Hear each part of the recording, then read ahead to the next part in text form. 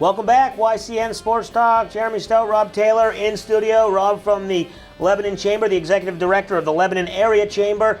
So we thank him for joining us today, and we're going to get into some football here after all our baseball and basketball. Finally get to the gridiron. Patriots right now, I mean, it's kind of hard. There's not a lot to talk about, but there's still a lot of questions beyond this season. They're right now, Jimmy Garoppolo, the backup quarterback. Obviously, everyone knows they didn't get traded in the offseason. Everyone thought he may.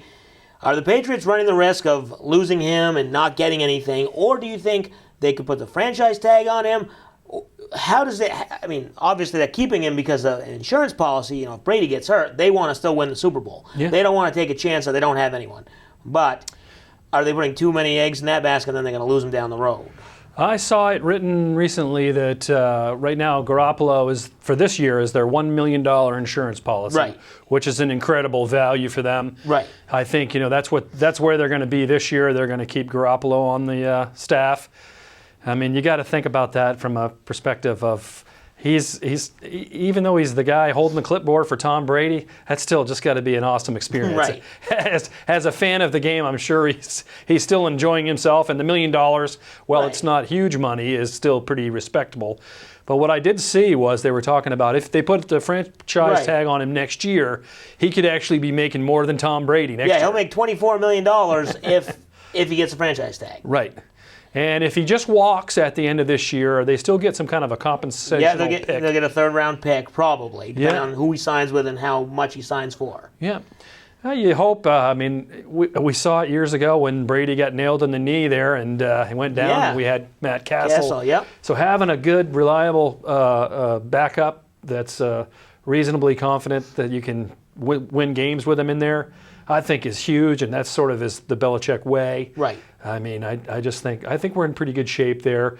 I'd be sad to see him go because I'd love to see him get an opportunity at that starting job someday. Right. But you also don't want to put Brady out to pasture too early. Absolutely. The way he's been playing. So flipping to the defensive side, Malcolm Butler talked about all offseason. He's in. We talked about him last week on the show. He's in training camp. He's in the OTAs, mini camps. And he's working hard. He's committed to this team. Even though there was maybe some bad blood, what do they do with him?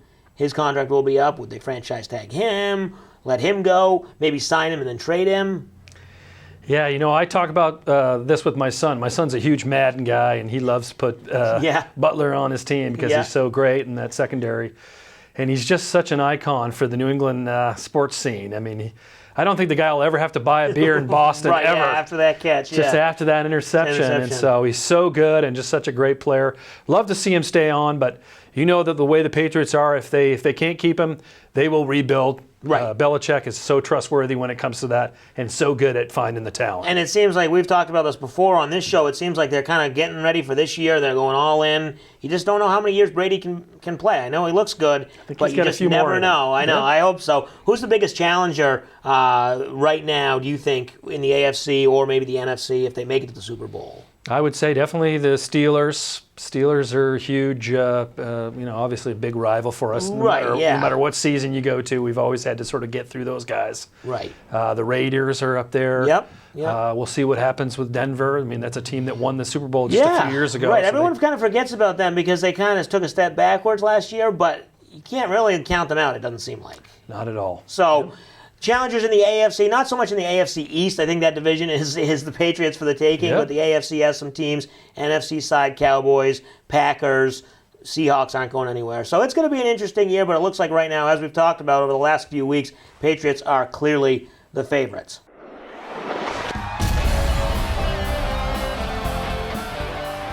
YCN Sports Talk Picks of the Week are brought to you by Salt Hill Pub, with locations in Lebanon, Hanover, Newport, and Newberry.